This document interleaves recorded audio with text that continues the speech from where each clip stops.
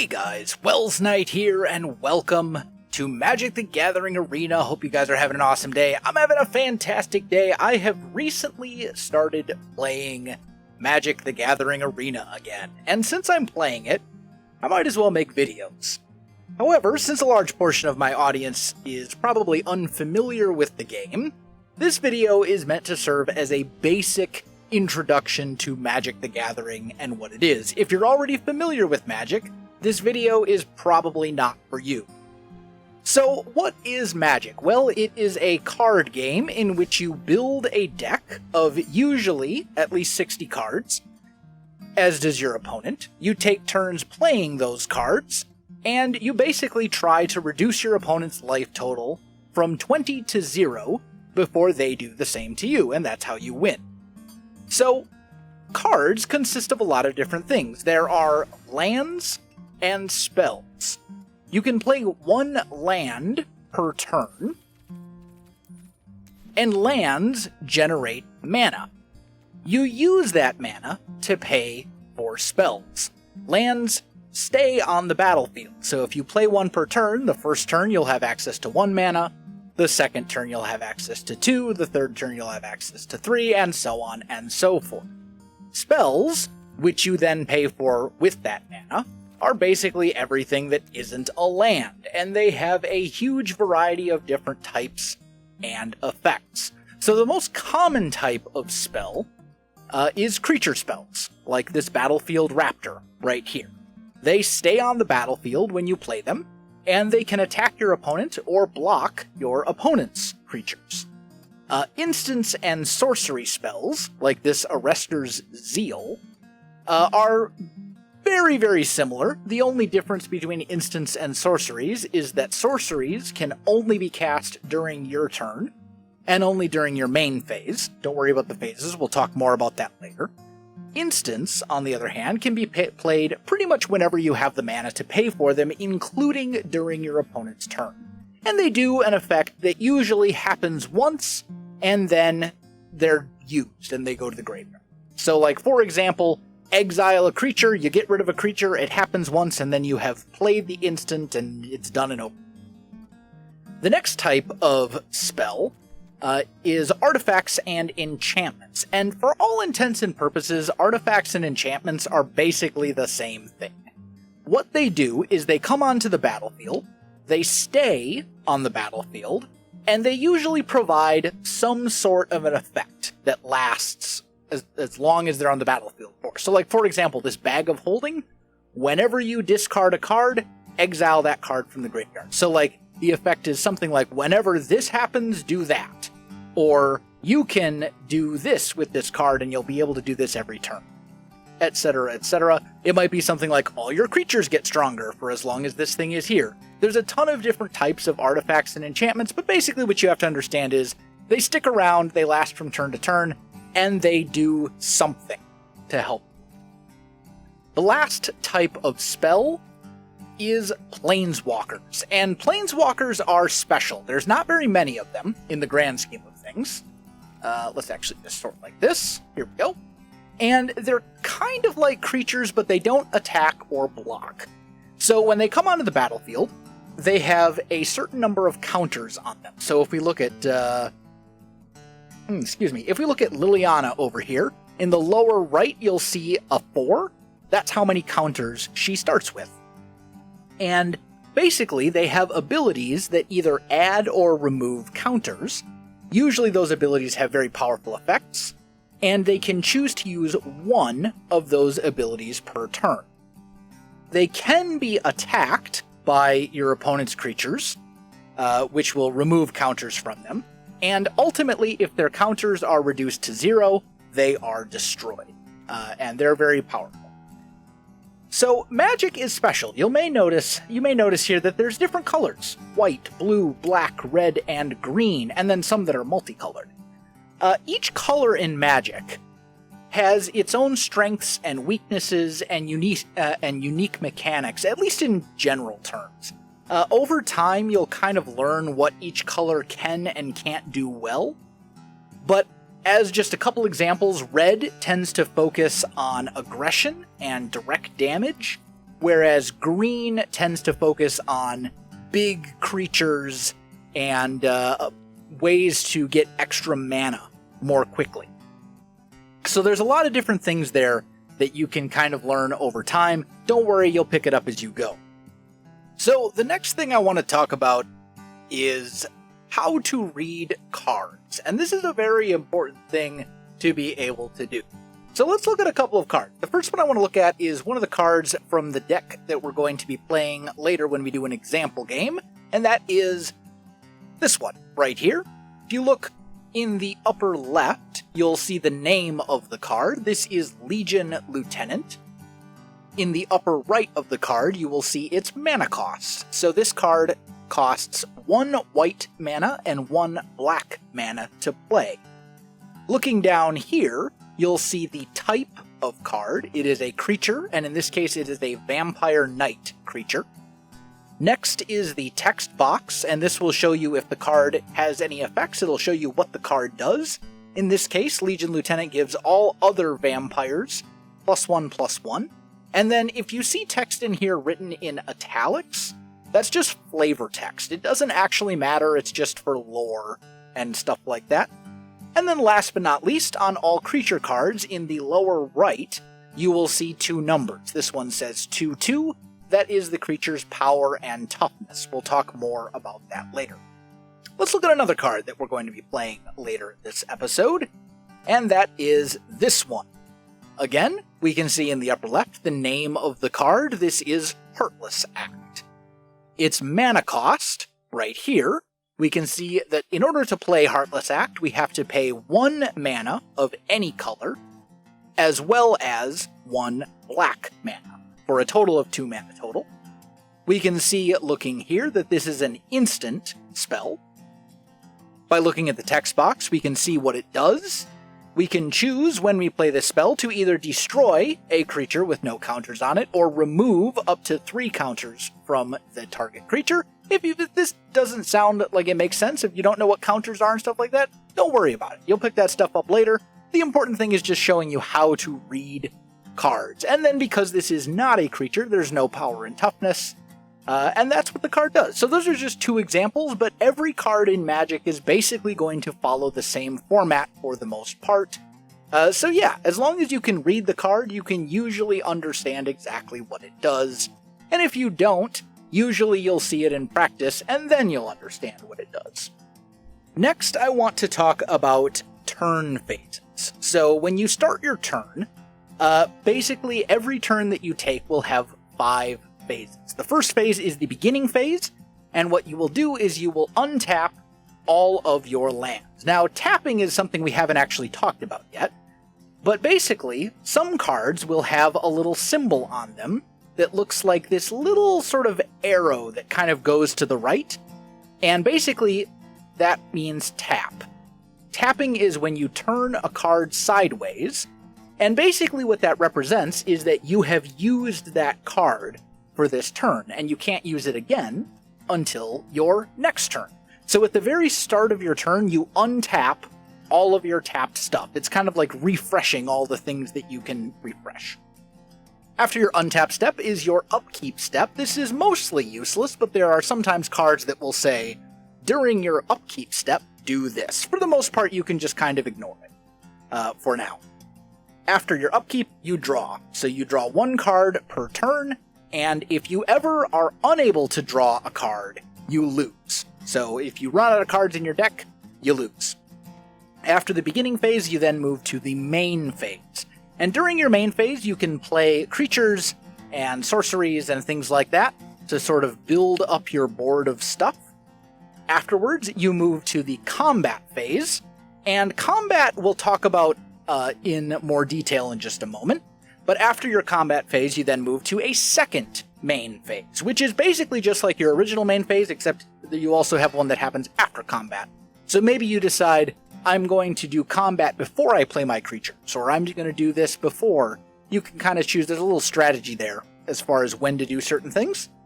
And then after your second main phase, you move to the end phase, and you have an end step where certain things might happen. You might have cards that say, during your end step, do X, Y, and Z. and then the cleanup step, which you don't need to worry about for the purposes of this introductory video. It basically is just kind of a, like, okay, your turn is over, and then it becomes your opponent's turn, and they go through all the steps, and then pass it back to you, and you take turns doing this whole thing. So let's go back to combat, because combat is very different in Magic from a lot of other card games. So the person whose turn it is chooses which of their creatures on the board are going to attack. Maybe you've got a board that is Tithe Taker and Tocatli Honor Guard, and you say, I'm going to attack with Tithe Taker. The person who's defending then chooses which of their creatures are going to block. And if they're going to block at all, they don't have to.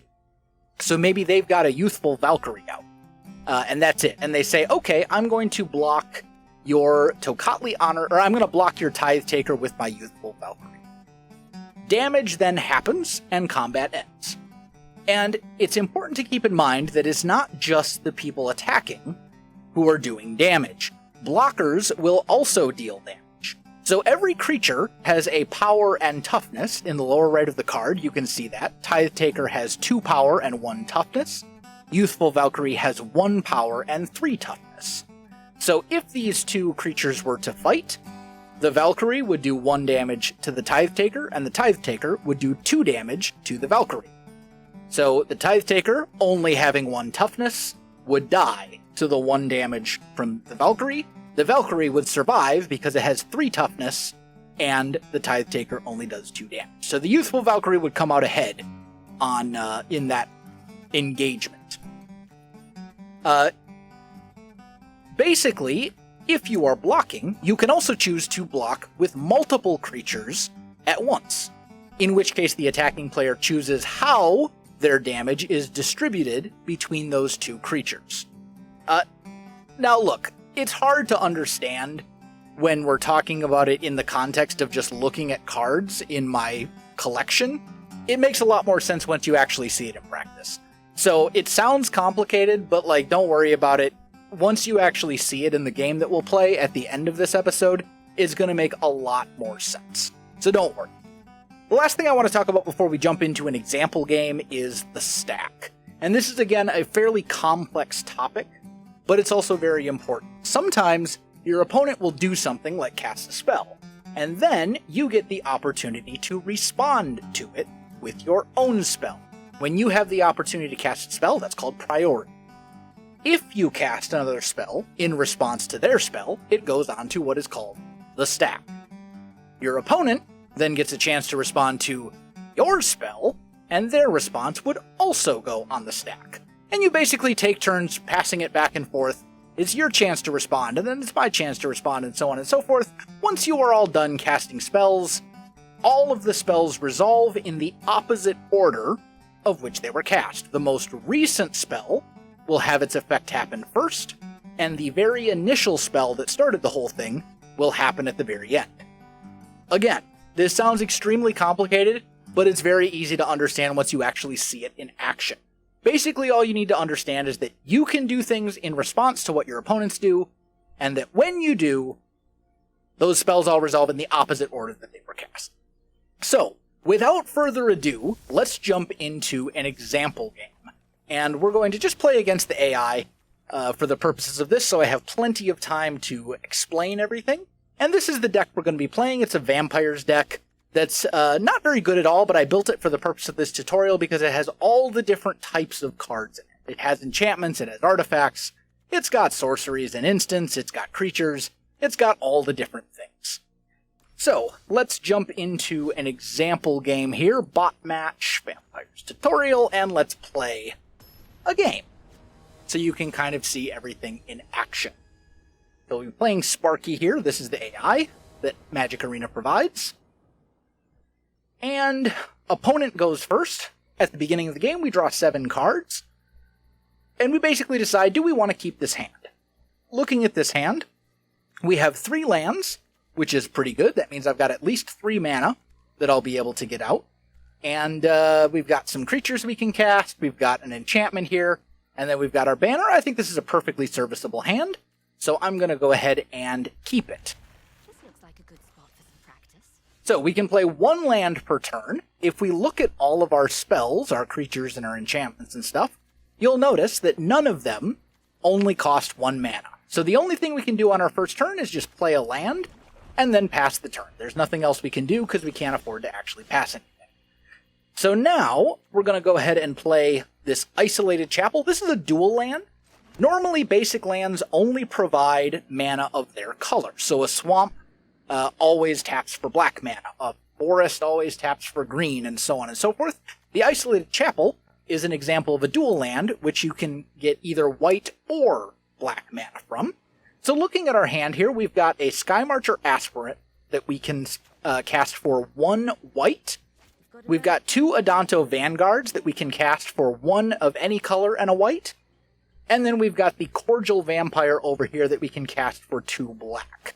I think I'm just going to go ahead and play an Adanto Vanguard. This is a pretty nice card. It's a 1/1 creature. Whenever it's attacking, it gets +2/+0, but we can also pay 4 life at any time to make it indestructible, so it's very resilient and hard to get rid of.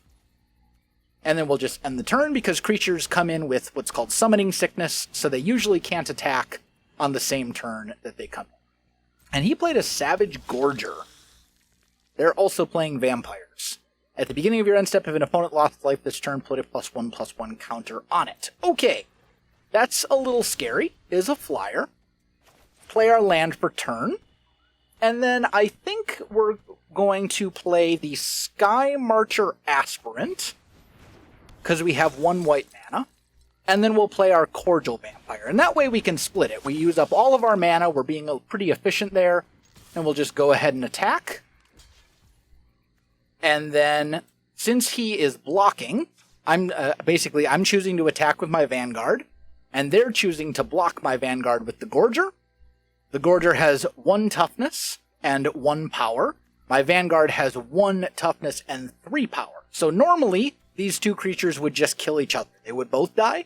But because Adanto Vanguard has that special ability, where I can pay 4 life to make it indestructible, I can do that, take 4 damage, but then only the Gorger dies. Which then activates my Cordial Vampire's ability, so whenever a creature dies, all my vampires get a +1/+1 counter to make them stronger.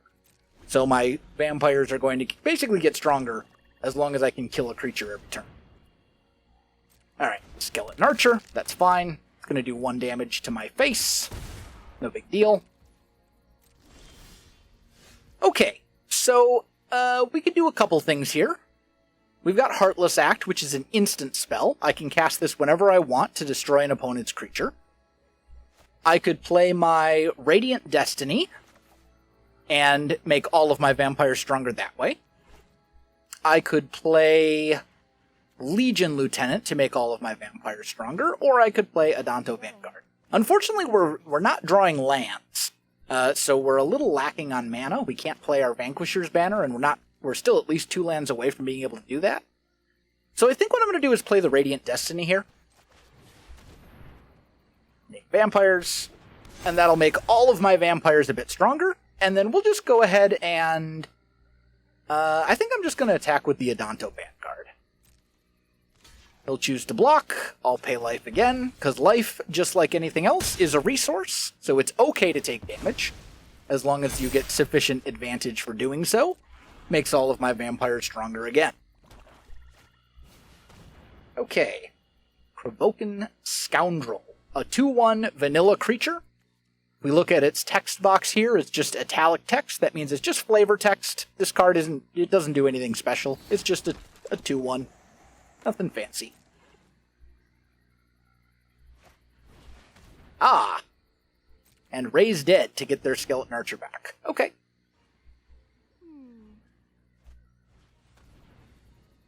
So let's go ahead. That's a little annoying. And again, we didn't draw lands. So I think what I'm going to do to demonstrate priority and the stack, I think I'm just going to go ahead and attack with everything here. And I'm not going to use my mana at all, so that I can use Heartless Act on their turn. There we go. Get out their Skeleton Archer. So their Skeleton Archer is doing a thing. When it enters the battlefield, it deals damage to any target they're attacking me. Since I have mana, and since I have an instant spell here, I have a chance to respond. So I can cast Heartless Act in response to their Skeleton Archer trying to ping me for 1 damage. And I can choose to, say, destroy their Skeleton Archer. What will then happen is the Skeleton Archer will be destroyed, and then because the damage effect is still on the stack, I will still take 1 damage. There we go. So, that's the stack. And then I'm just going to get hit here. I don't have any blockers. They're all tapped. So all of our stuff untapped. We finally drew a land. And I think I'm just going to go ahead and play our Legion Lieutenant, which will make our vampires even stronger. And then I'm just going to go ahead and attack with everything. When things attack, they generally tap, so I won't be able to block with them on the following turn. And that will be lethal damage. Our opponent is down to -8 life, which means they die, we win, and we have achieved victory. So that's essentially a sample game. Hopefully it makes sense. I mean, a lot of things you'll just kind of pick up as you go. Magic Arena does a great job of also sort of visualizing a lot of these things to make it much easier to understand. But yeah, that's basically Magic in a nutshell. Stay tuned for more Magic videos, especially some deck building guides and things like that. I'm not going to do this series on like a schedule, I think. But whenever I have like a really cool deck to share, like this Squirrel Scurry deck. Fun fact, a group of squirrels is called a scurry. It's sort of like a flock of geese and so a herd of whatever. A group of squirrels is called a scurry. Fun squirrel fact for the day. Anyway, so whenever I have something cool from this game that I want to share with you guys, I'll do like a deck building video or something like that. But that is going to do it for today's episode. Guys, if you enjoyed it, you know what to do. Links in the description below, so check that out as well. Also, I should probably mention Magic Arena. It is free to play. It's on mobile and PC. You can Google it on PC, and you can just, Google Play Store or whatever. It's free to play with, obviously, in-game transactions and stuff like that. But yeah, that's it. Thanks for watching. I'll see you in the next one.